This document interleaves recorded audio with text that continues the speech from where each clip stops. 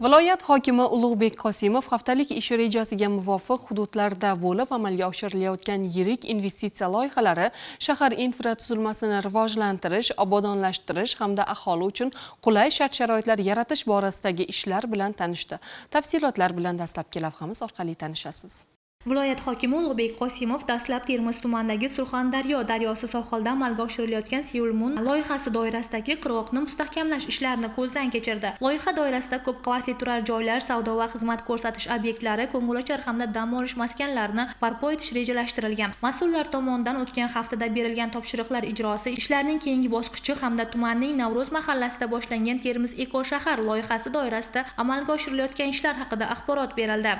Shundan so'ng o'rganishlar Termiz shahrida davom ettirildi. Guliston mahallasi sohil ko'chasida yo'lni ta'mirlash, piyodalar yo'laklarini barpo etish, tungi yoritish tizimini yaxshilash va hududni obodonlashtirish bo'yicha amalga oshirilayotgan ishlar ko'zdan kechirildi. Ishlarning sustligi tanqid qilinib, mavjud imkoniyat va zarur kuch vositalarini jalb etgan holda qurilish, ta'mirlash hamda obodonlashtirish ishlarini jadallashtirish bo'yicha topshiriqlar berildi. Manguzar mahallasida barpo etilayotgan yangi Termiz City majmuasida ko'p qavatli uy-joylar va ijtimoiy infratuzilma obyektlari qurilishi jarayoni ham o'rganildi. Viloyat qurilish sohasida nazorat inspeksiyasi rahbarining ko'p qavatli turar joylar qurilishi va obyektlarda sifat nazoratini ta'minlash bo'yicha hisoboti tinglandi. Shu yerning o'zida qurilish sohasida faoliyat yuritayotgan tadbirkorlar bilan muloqot o'tkazilib, ularning muammo va takliflari eshitildi.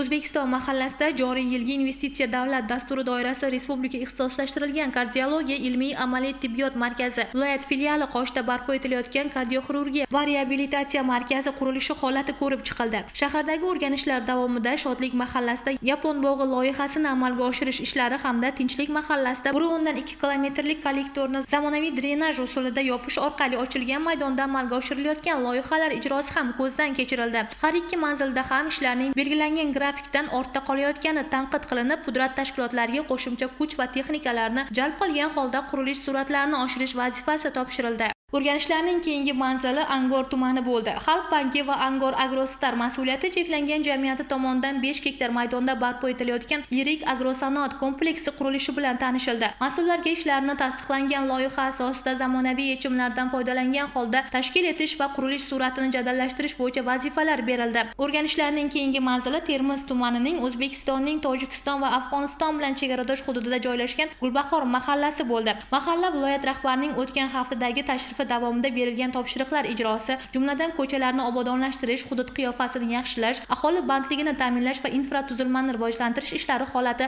o'rganildi.